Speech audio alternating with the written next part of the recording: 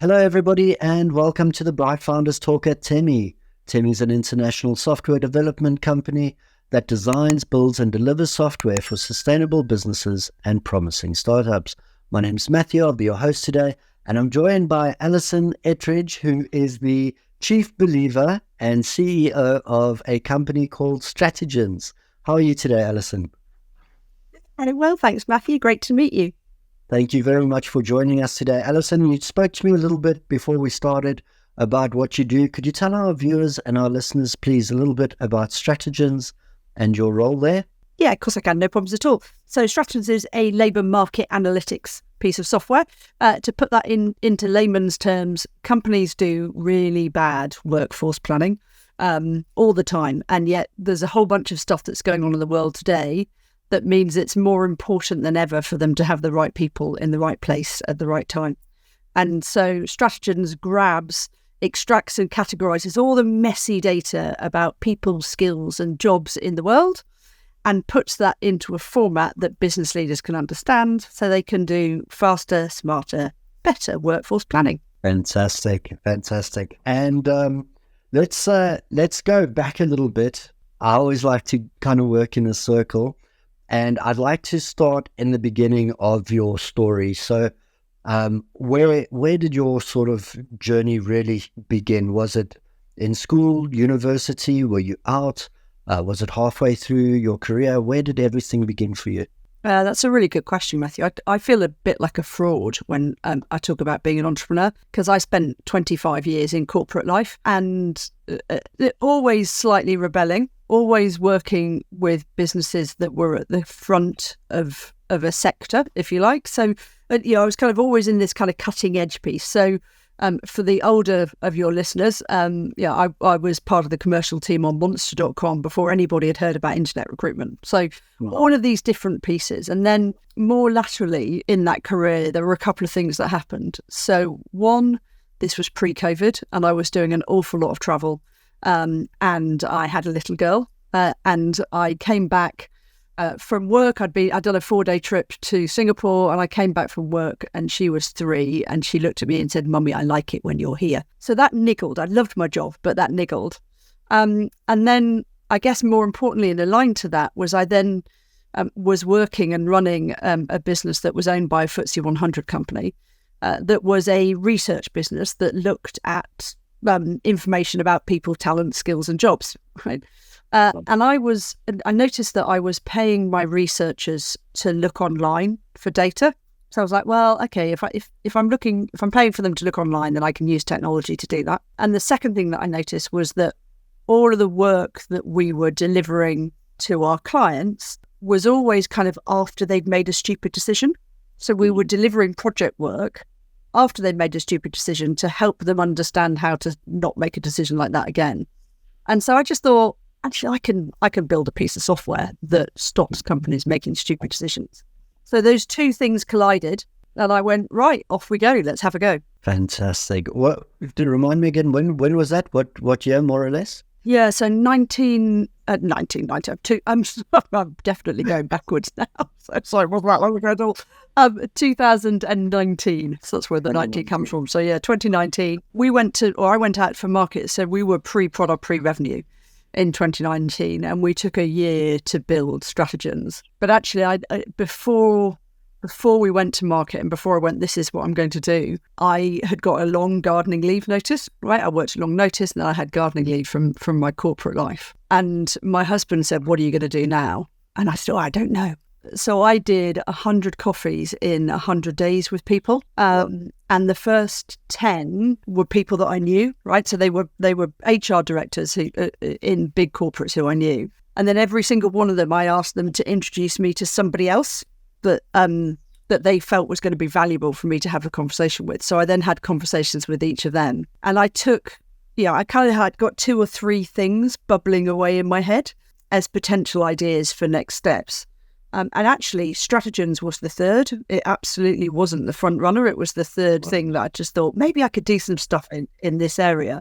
And then Coffee 78 was with the CEO of a big pharma business. He said, "We're about to grow our business in a particular place." And I said, "What are you building it there for?" And he told me, and I did a quick Google and said, well, you're putting yourself miles away from any of the talent that you're going to need to grow your business, right? So that makes no sense whatsoever. And then we carried on talking, right? I'd got nothing to sell him. We just carried on talking. And he rang me up 2 weeks later and said, I just thought I'd let you know that we've pulled it. We're going to grow somewhere else. And so that was really the point in the journey where I went, let's go for it. So 100 coffees in 100 days, that's not just some statement like symbolic of something. It's actually 100 coffees. You're on coffee 78. Some of those coffees were mint teas, if I'm honest. There was a bit too much caffeine going in, Matthew. But no, it wasn't. In hindsight, as I've kind of been on this journey, I recognise that actually that was a really smart thing to do. It was about making sure that I'd got product market fit with corporates. At the time, it was more about what do I do in the next 3 months to help to focus what I want to do. So it started out as a personal thing, and actually in hindsight, it proved to be one of the most valuable things we've done as a business. That is really, really cool. It's the first time that I've heard about that, and it's I'm a coffee lover, so it appeals. But what a great sort of framework, a guideline to set yourself on and say, look, this is what I'm going to do, and to meet people and to have conversations, and conversations lead to opportunities, and it's fantastic. So this is when Stratigens was born, the idea and the company. Tell us how you got going. So what were your next steps? What did you learn along the way? How's it been? So the next steps then were, I knew from the outset that we weren't going to be able to get away with some wireframes because our clients were all going to be global corporates. So I knew we needed funding. So from the outset, we went out and we sought investment, and that investment came from some of the regional development funds in the UK and from some angel investors, because I knew we had to build something that would stand up in front of the board of a big global business. So we spent a year building Stratigens. We took Stratigens to market at the back end of 2019, so early 2020, which was interesting timing. Because clearly the world was being really disrupted at that time by the pandemic. Now that meant for us as a step, that meant for us, and actually I remember a really down time kind of during that process, which it might be worth us touching on a bit later. It accelerated a trend that we saw was probably 5 years out. So I wrote a white paper at the beginning of 2020 before we'd even heard of COVID, that said we are moving to a space where companies are going to have to seek skills globally because everybody wants the same skills, and they're going to have to think more differently about how they get access to people. And I saw that being 5 years out. And actually what the pandemic did was accelerated that to 2 years out. So after the fallout, that was really useful for our business. And the sorts of companies that we're working with are businesses like BP, businesses like EY, businesses like the largest global tech business in the world. Yeah, we're working with some amazing corporates on that journey, which is fantastic. So, building something big out of what happened, I think that's pretty cool. And you said it was worth touching on what happened through the pandemic, the dips and the rises. What were you referring to there? Yeah, I think it's worth touching on, because I think there's this overriding characteristic in all founders, which is resilience, right? And I can remember when the pandemic arrived and when actually it really started to get quite hideous, particularly here in the UK and Europe, and everything went into shutdown, and businesses quite rightly went into not panic mode, but they went into what do we do? Where do we put our people? How do we communicate with them? I remember thinking, we've spent 18 months building this product to launch right now with a business plan that predicts X number of sales through 2020, and we're not going to hit them because the world is focused on something way more important right now than what I am doing. And I remember having a conversation with my husband where I said, I don't know if I can pull the business through this, right? I just don't know whether or not we can do 12 months of this. And in true founder style, I sulked, I think, for about 12 hours and stomped my feet about and got a bit stroppy. And then I remember coming in and saying, do you know what? If I lose the business because we've got bad product market fit, if I lose the business because we can't sell, or if I lose the business because we're approaching the wrong people, then that's a learning and that's a failure that I learn from, right? And I'm not afraid of that. But I am not going to lose this business because of a bug. Yes, nice. That's where the kind of the fighting territory, that kind of resilience that says, no, what are we going to do to get out of there? And so we put a plan together and we're still here, 3 years on. So it was worth doing. That's terrific. Congratulations. I know I was in the UK during a lot of 2020 and beginnings of 2021. And I know it was pretty crazy what was going on. So good for you guys making a plan, getting through. And at the moment, you're running stable. Things are good. You've got a positive outlook for the future. Absolutely right. We're a scaling business. We're a scaling software business. So there's always ups and downs. But we released a new version of Stratigens. Actually, we released the beta version in the middle of August, and then we'll do a full product release of it in the next 2 weeks, which is really exciting. And actually, it's a step change, I think, for software in this space. We're using some really clever machine learning in the background to help organizations either look at a top level, so where are all the software engineers in the world and can you tell me the best places, or to look in a much more granular level. So can you tell me where an embedded developer with C++ and .NET is, and how many are there in Utrecht, right? So it's that combination, I think, is really game changing. That's cool. I like that. And what about, let's talk a little bit about then the future projections. You're talking about scaling. Where are you going to be if you look out in the next 10, 5, however many years? Where do you say, I'm happy now, this is it, this is where I want it to be? I think that's a really good question for any founder. When I set up this business, I wasn't necessarily setting up or following an absolute desire to be an entrepreneur and to be a founder and to kind of grow a baby, if that makes sense. That wasn't my starting point. My starting point was, here is a gap in the market and my coffees have proven that there's a gap in the market. So let's build something to fill that gap. And so right from the outset, we have built this business to exit, and everything that we do is focused on an exit point. And that's everything from how do we commercialize, who do we sell to, who do we build partnerships with, what's the founding tech that sits under Stratigens. So the intention is to exit in 2026. If that happens, fantastic. If it happens sooner, brilliant. If it happens later than that, it happens later than that. But I think I haven't built this business to be a lifestyle business. I've built it to exit. I did flippantly say to my husband, who you'll hear a thread throughout this, that I don't think any entrepreneurs talk enough about the support that they get from their partners and their family, and that kind of bounce back. So you'll hear that thread of, what did he say? Because he puts me in my place, quite rightly. I said to him flippantly, we'd always talked about an exit in 2026 and a value. And a few weeks ago, I said, how would you feel about this value by 2040? And he said, I'd feel divorced. Right. Okay. In that case, 2026 it is.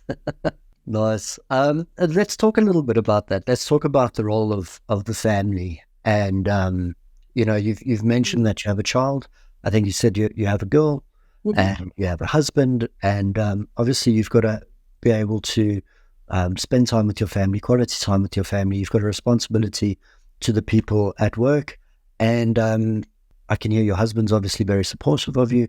Tell us about how your family plays a role in your life, in your business.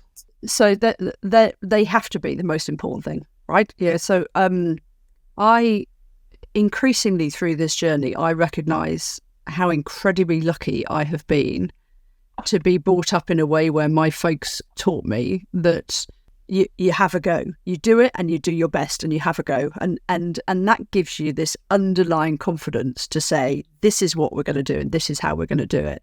And kind of aligned to that is, I'm married to someone who was in the forces, right? And so then aligned to that, you have, if you get to the end of the day and everybody's got their arms and everybody's got their legs and nobody is hurt and nobody has died, then actually, you know what, let's do it anyway because that's a good day. So this perspective piece that comes from that, I think plays into actually all of the culture and the values of our business. If I look at the team, for me, it's incredibly important that I look after them, right? And we have a work from wherever it works for you, whenever it works for you policy. That means that they get to spend time with their families, they get to work in a way that is best for them.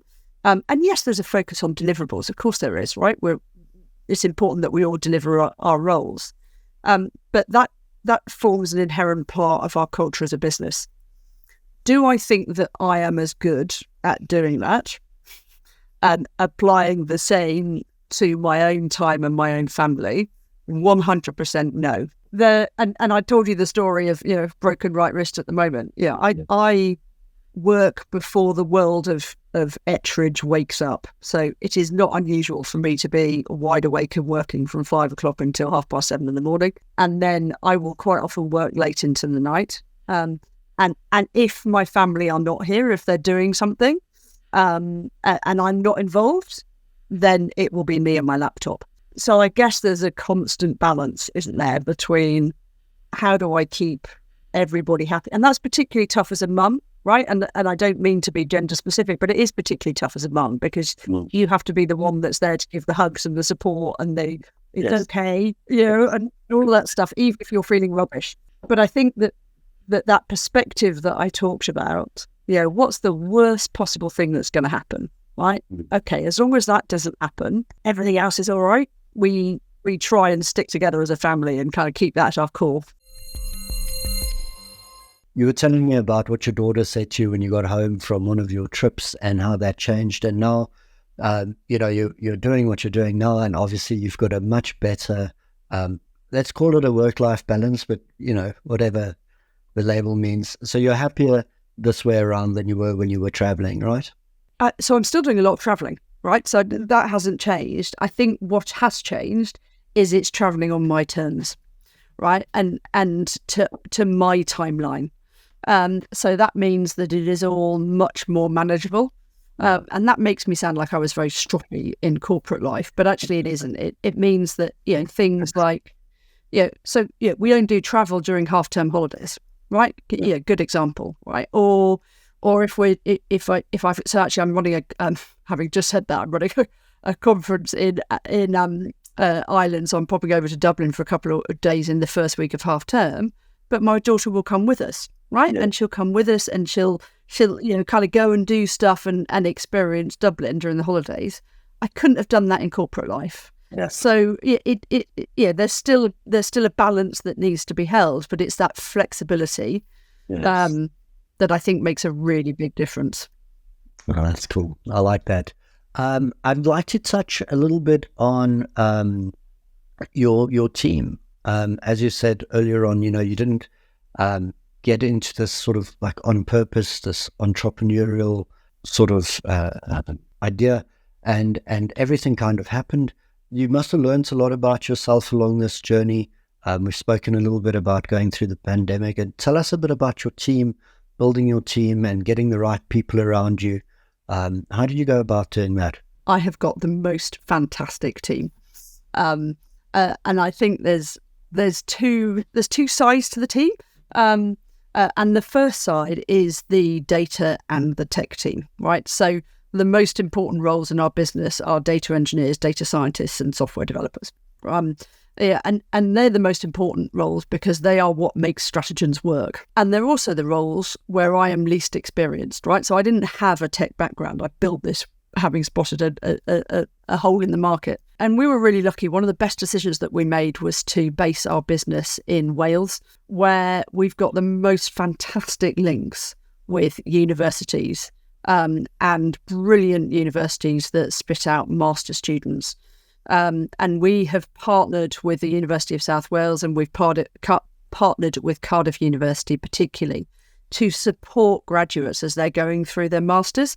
And then they come and work with us afterwards. And that's worked really well for us. And I'm really passionate about this is going to make me sound really old, I'm really passionate about bringing kids into the business. Yeah, because, I learn so much from them every single day.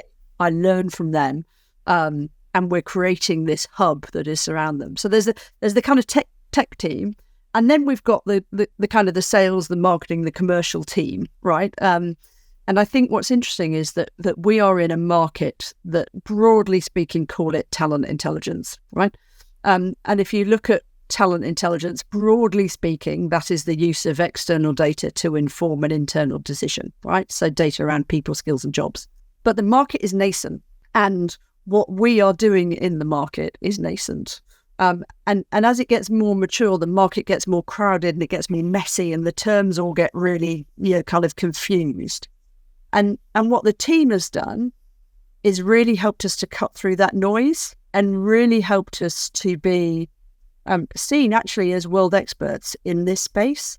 And it happens to be my face on the front of it, but actually they do a lot of reading, a lot of research, a lot of competitor analysis that says, where do we sit? How do we sit there? How do we make sure that we are continually positioned in the right way? And they're all young, right? But there's also one person I should shout out. So kind of halfway through this journey, my best friend was going through a really tough time personally and had to relocate back to the UK.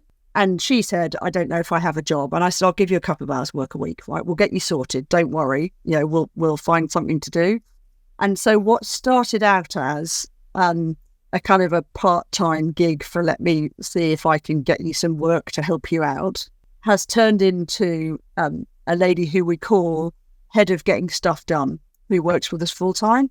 And everybody needs a head of getting stuff done, who is someone who you trust implicitly as a founder, who you know is going to find the answer whether they know it or not, and who you know is going to deliver. So a big shout out to our head of getting stuff done, Sarah.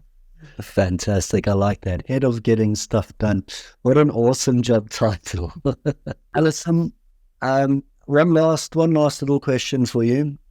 It's one of my favorites. If we had to write a quote, a saying on your bedroom wall that you wake up and you see it every day, open your eyes, you have to see this, you have to read it every day. Any idea what it would say? That's a great question. And I've got lots of answers to it, which is really unhelpful. But actually, I kind of alluded to it earlier. So around our office, we have quotes on the walls. Yes. One of those quotes is, as long as you've got both your arms, both your legs, nobody's hurt, nobody's died, then let's do it anyway. What's the worst possible thing that can happen? But the other one, and I think this is a really cool one, is every day is a school day. And I just think, and that's just worked really well for me, right? It's just if you go into every single interaction with your team, with your client, with your prospect, with people who you're meeting you today, Matthew, I will learn something from every conversation that I have. And my job is to choose which ones of those I need to do something more about and which ones of those are just cool stuff. Every day is a school day is going to be the one that sits behind the others. Fantastic. I like it. Alison, is there anything you'd like to leave us with, like about your company, Stratigens, anything we may have skipped over that you might think is important? Oh, bless you. That's very kind. I think the only thing that I would say, and it would be remiss of me not to say this, is if you are a business that is scaling, if you are a business that's going through transformation, if you are a business where talent really matters, then you have got to be using talent intelligence to understand where to grow or consolidate, who to hire from, and to improve the diversity of your workforce. And if you're going to do that, clearly you need to talk to us. And we'd love to have a conversation.